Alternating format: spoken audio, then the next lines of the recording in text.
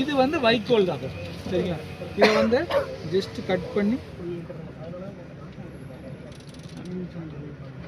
தண்ணி ஊற்றலாம் கழுவக்கூடாது. இல்லை தண்ணி ஊற்றுனீங்கன்னா உங்களுக்கு வந்து கெட்டு போயிடும். குக் பண்ணும்போது நீங்கள் கழுவிக்கணும்.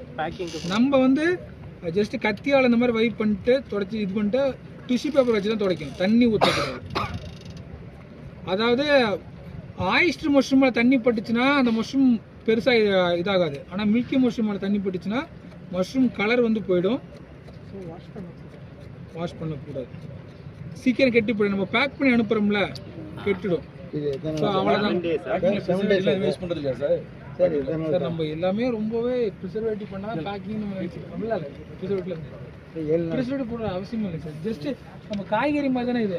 நமக்கு இந்த மஷ்ரூம் வந்து இப்படி இருந்துச்சுன்னா ஒரு 7 நாள் வரைக்கும் இருக்கும். இப்போ நம்ம சில பேக்கிங் மெத்தட்ஸ்லாம் இருக்குது. அந்த இதெல்லாம் நம்ம பேக்கிங் பண்ணி வச்சோம்னா அரௌண்ட் நமக்கு வந்து 7 நாள் வரைக்கும் ஓப்பன் கண்டிஷன்லேயே நமக்கு நல்லா இருக்கும். நார்மல் டெம்பரேச்சர் 7 நாள் வரைக்கும் சூப்பராக இருக்கும்.